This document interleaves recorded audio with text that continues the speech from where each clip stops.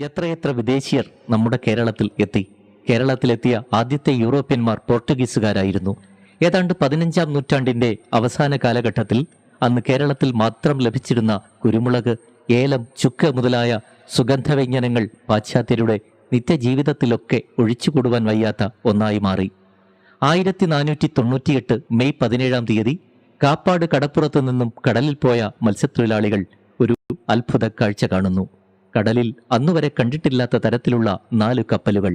കപ്പലും അതിലുണ്ടായിരുന്ന ആളുകളും അവരുടെ വസ്ത്രങ്ങളും ഭാഷയുമെല്ലാം ആ മത്സ്യത്തൊഴിലാളികൾക്ക് അത്ഭുതമുണ്ടാക്കി. ആ കപ്പലിന്റെ കപ്പിത്താൻ അവരെ സ്നേഹത്തോടെ വിളിച്ചു. അവർക്ക് ഭക്ഷണ സാധനങ്ങളും സമ്മാനങ്ങളുമൊക്കെ നൽകി.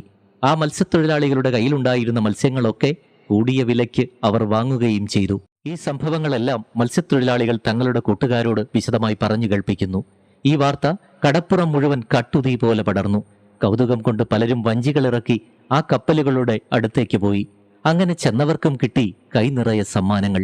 ഉദാരമനസ്കനും സ്നേഹം നിറഞ്ഞവനുമായ ആ കപ്പിത്താൻ മറ്റാരുമായിരുന്നില്ല.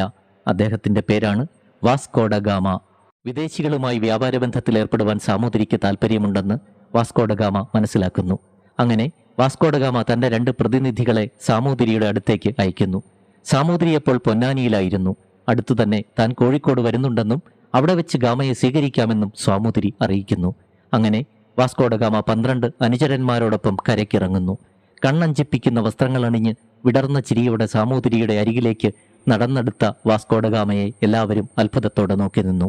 വലിയൊരു ജനക്കൂട്ടം അവരെ സ്വീകരിച്ചു. സാമൂതിരി അയച്ച പല്ലക്കിൽ വാസ്കോ ഡ ഗാമയെ കയറ്റി മറ്റുള്ളവർ കാൽനടയായി പിന്തുടർന്നു. ഗാമ കൊണ്ടുവന്ന സാധനങ്ങളൊക്കെ ചുമക്കാൻ ആൾക്കാരെ ഏർപ്പാടാക്കിയിരുന്നു. അങ്ങനെ ആ സംഘം കാപ്പാട് പട്ടണത്തിലേക്ക് യാത്രയായി. അവിടെ നേരത്തെ ഏർപ്പാട് ചെയ്തിരുന്ന ഒരു വീട്ടിലേക്ക് വാസ്കോ ഡ ഗാമയെ നയിച്ചു.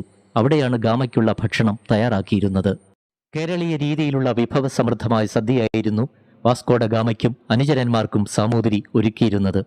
ഭക്ഷണത്തിന് ശേഷം ഗാമയും കൂട്ടരും ചെങ്ങാടത്തിലും മറ്റുള്ളവർ വഞ്ചിയിലുമായി യാത്ര ആരംഭിച്ചു.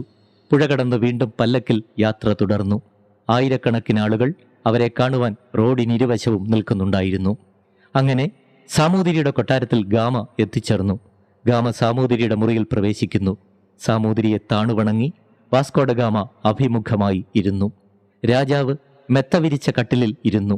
അടുത്തായി അദ്ദേഹത്തിന്റെ ദ്വിഭാഷിയും. ഗാമ ഏതു രാജ്യക്കാരനാണെന്നും ഈ നാട്ടിലെത്തിയതിന്റെ ഉദ്ദേശം എന്താണെന്നും സാമൂതിരി ചോദിച്ചു.